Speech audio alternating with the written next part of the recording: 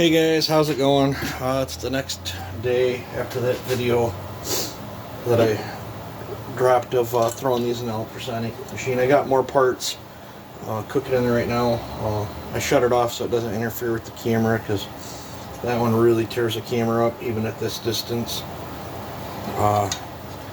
Here's the 272 cases. Hopefully you guys can see them in there. Bearings are still locked up. The ultrasonic cleaner didn't fix that, but it doesn't matter. I've got brand new bearings right there. I got the gasket kit. I've got new mounts. These ones feel pretty whooped, but the cases turned out better than I expected. My solution's old. I spiced it up a little bit more with some more Simple Green, and then I added a little bit more dish soap, and then I added I don't know, I've got about a liter of Simple Green in there and probably 14 liters of water. I added about another cup of my Purple Super Clean, and that did the trick. However, after cooking in there, where I don't know what the temperature was set at, but you couldn't hardly stand to put your hands in the water to get the parts out. It did soften. It looked like it paled the paint up, and then it did soften the paint or powder coat or whatever this is. But then after them sitting on the wood stove overnight, they got their color back, and don't look like it hurt anything. So that's just something to be cautious about. But the cases turned out far better than I expected. Gas tank turned out good. I noticed when I was washing, I was seeing bubbles come out around the cap, so I'm probably going to have to find a cap or an O-ring for that. I think there's fluid in there now from the ultrasonic cleaner, so I'm going to have to flush that tank out real good. This is the really nice, I think it's a brand new old stock top cover that Tanton sent us for this build. He actually also sent that whole complete saw, which I just took some parts off from. The crankshaft in the other case that I had is no good. The big end rod bearing's bad, so I threw the crank out of this that was all locked up sitting in water, and I kid you not, this is just soaking in that solution and running, I don't know, probably 45 minute run on it or so, and it still left the water line, but that crank cleaned up immaculately. All I did was take it out of the solution, then dumped it in a bucket of regular water to get my solution off it, and then blew it off, and then I just left it sit on the stove overnight to dry out good. But the bearing feels absolutely perfect. It's tight. I'm gonna roll with it. I'm gonna wire wheel up the threads on that. Threads look good here. I'll probably emery cloth where the bearings go a little bit, but I'm pretty happy with that. I got this clutch looks really good, but this is the older style clutch. I see the part saw that Tanton sent's got looks more like a 372 clutch. I might jerk that off later and run that through too, and might pick that up. I got these two oil pumps. We'll try these first. If they don't work, then we'll steal the one out of the part saw. Flywheel, same way. That's the 268 flywheel. Pulled it off, and all I did was run that for about 20 minutes in that parts washer. That ultrasonic cleaner does an amazing job. This cylinder was so grubby. Now the cylinder's probably got 2 half-hour runs on it, and then me taking it out and lightly scrubbing on it in between there.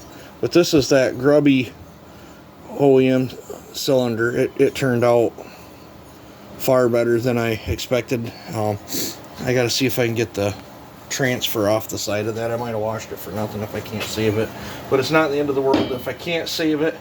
I have this one right here that cleaned up amazing. This is an Italy made one. Everybody tells me that the double T's right there stand for Tecomec.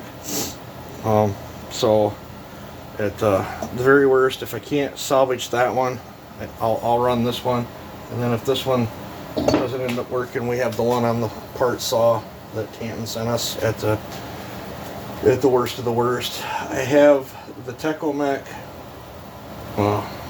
piston here. There's one slight little scuff in it, but I don't think it would hurt anything. But I also have this highway pop-up that I did some testing on a 372 with. So the pop-up is shrunk down a little bit more in than what a normal 272 would be, but I'm going to be doing chamber work anyway, probably. So yeah, I've got muffler rewind, some brackets. I didn't feel like losing these parts down in the bottom of that. I could probably throw them in there, but they're just the dogs.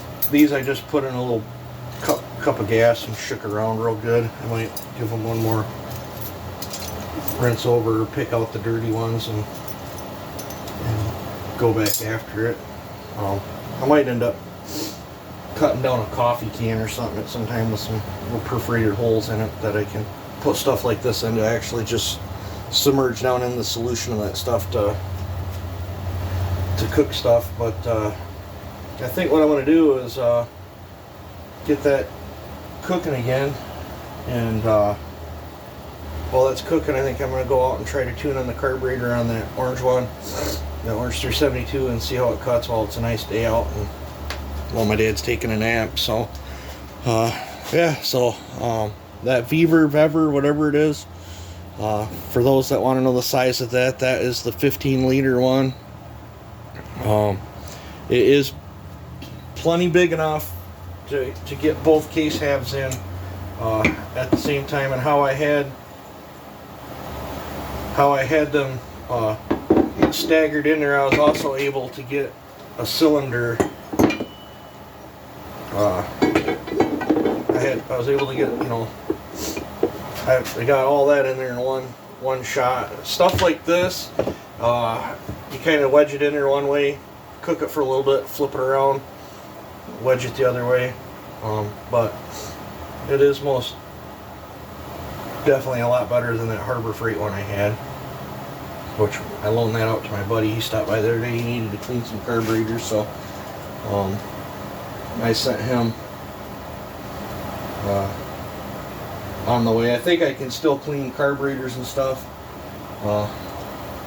if I made up a small metal basket to put stuff in that I could put concentrated carburetor solution. I could probably just fill that with just plain water for the outside, because it says not to run it without fluid in it or whatever. So I could probably have just plain water in it and then mix up a small batch of solution and have like a big heavy container sitting in there to do the carburetors. I bet it would work fine.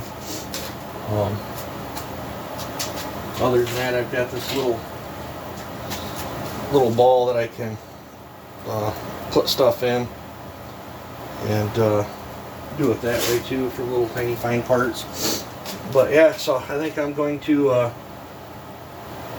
get that thing back to cooking my parts, and I'm gonna go play with that 372. So you guys take it easy and have a good one.